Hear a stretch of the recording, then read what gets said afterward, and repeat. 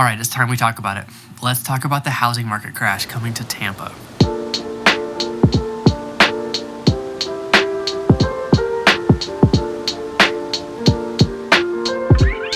Okay, first off, that's just clickbait. I don't think the market's gonna crash, but we'll get into all that. And we'll define crash and we'll go into all those kind of things. First of all, I'm Sam. Thanks for coming by the Living in Tampa channel, where we make videos about what it's like to live, move, and invest in Tampa. If you need help with anything real estate related, we would love to hear from you. Phone number and email are right there. I want to start by just kind of giving some reasons why you might care what I have to say. And having a YouTube channel, talking on social media or platforms like this feels egotistical in all kinds of ways. Me and many others experience imposter syndrome just by putting our opinions out here like this, but hopefully this will help. First reason why you might care what I have to say is because I work in real estate in this market. Now, of course, my income is tied to you buying houses and selling houses, but the reason I think this is valuable is that I'm constantly doing transactions. I know how the market is currently behaving, I know how sellers are acting, I know how buyers are acting, and I know the kind of buyers that have an advantage right now. Before I started working in real estate full-time, I worked for a big nonprofit organization. I did all kinds of things for them. I did international training, I did internal auditing, I bought real estate for them, all kinds of different things. And all those things contribute to the way I do business. I'm also an active real estate investor in the Tampa market. And going back to the first reason, the main reason that you should care what I have to say is because I'm actually working in the market. I'm not just speculating, I'm not just watching, I'm investing and I'm working with buyers and sellers every single day. Price reductions are happening in most markets across the US right now, and Tampa is not avoiding that. A lot of these price reductions are just reductions from aspirational sales prices. You know, the kind of price you throw out when you're like, oh, my neighbor got this, my house is nicer than his, I want more. So you throw out this price and you don't get any offers. So you sit on it a few weeks and you're like, oh gosh, I thought it was gonna sell in 7 days. So you lower it a little bit and then it sits another few weeks and then you lower it a little bit more.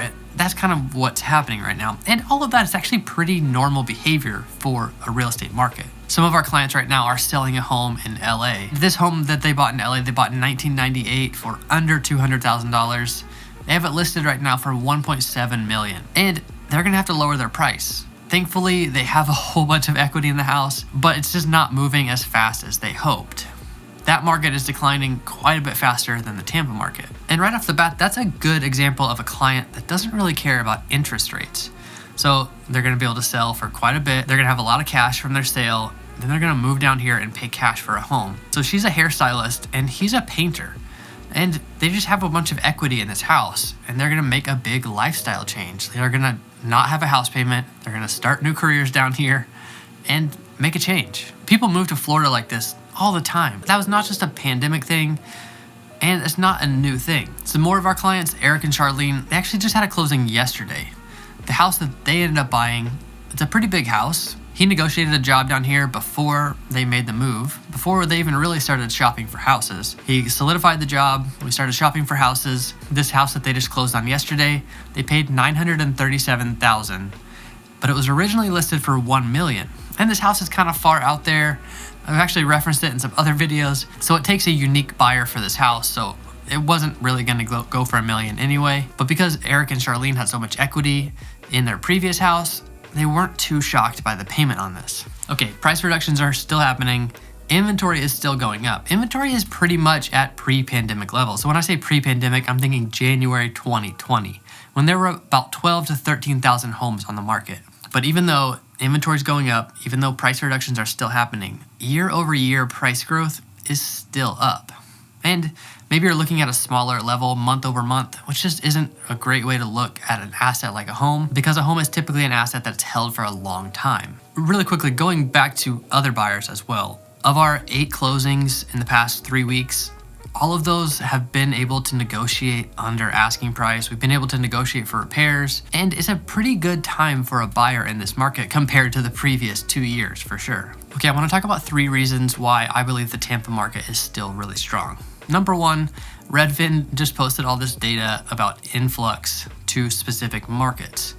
And they always talk about where people are migrating to within the US. And in their recent study published, Tampa was the number 2 market behind Miami. Of course, these are both popular destinations for New Yorkers, but the main traffic to the Tampa market was from other Florida markets like Orlando.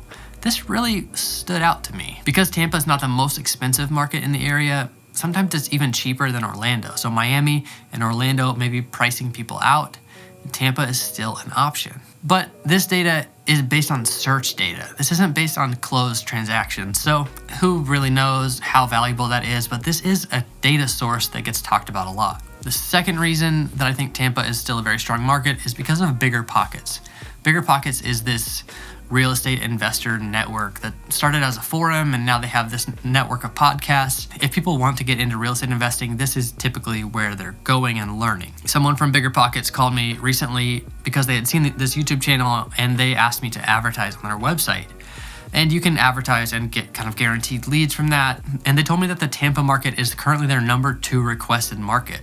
So first is Austin, second Tampa, third Columbus, Ohio. Austin is having some major inventory spikes, but people are still wanting to invest there. They've added some big employers recently, and also it was just kind of leaked that Apple is building a pretty big campus there in Austin. So Tampa still being the number 2 requested market behind that is pretty interesting. Part of that is because of the history of rental growth in the Tampa area. So from 2015 to 2020, I've talked about this before, the rent growth in St. Petersburg, Florida, which is part of the Tampa metro area, was kind of talked about as the best rental growth market in the whole US. During that 5-year period, rents went up 66%. Now for renters, that sucks. For investors, that's awesome. Okay, now the third reason, in the midst of all of this, the US average household price has gone up a lot, well over $400,000. In the Tampa market, it's still below that. Now, when I started this YouTube channel, it was around the 220, 230 mark, so it's gone up a lot, but it's still lower than the US average. So people are often thinking about moving from other more expensive markets into this one. And there's something that's going to happen that you'll see here, and it's going to be very confusing to most people. It's even confusing to me. Even though home prices have gone up, rents haven't gone up quite as fast, but during a recession, rents typically go up.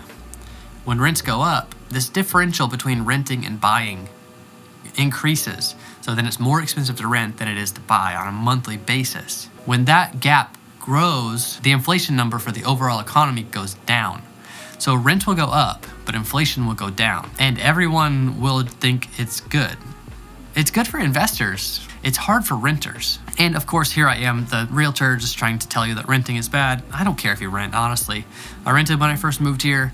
It's actually what I recommend to most of my clients to get a good feel for the area. In the midst of all of this, investors are still investing in this area.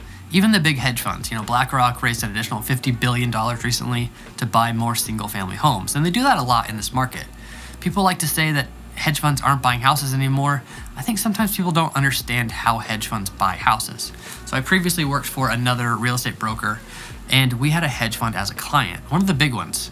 And this is how it works. So the hedge fund builds a relationship with a smaller local broker, and they build a buy box. So they say, hey, here's our 40 zip codes in the whole state.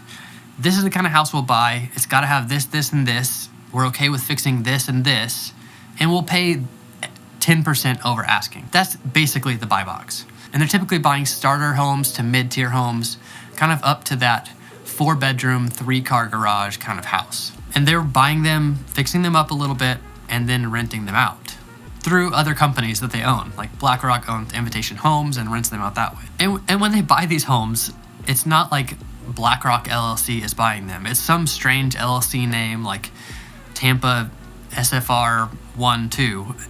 Something like that.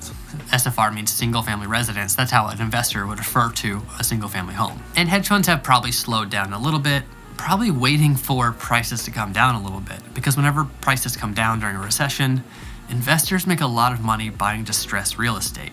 And distressed real estate isn't just like falling apart. Sometimes it's the seller that's distressed or the owner that's distressed because maybe they lost their job, or maybe they can't afford their home anymore, or somebody died, or somebody got a divorce.